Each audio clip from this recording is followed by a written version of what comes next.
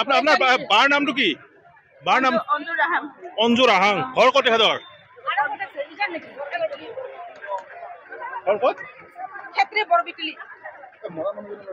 আরে মরা মানুষ বাইরে আপনি মেডিকেলে তো নাকি?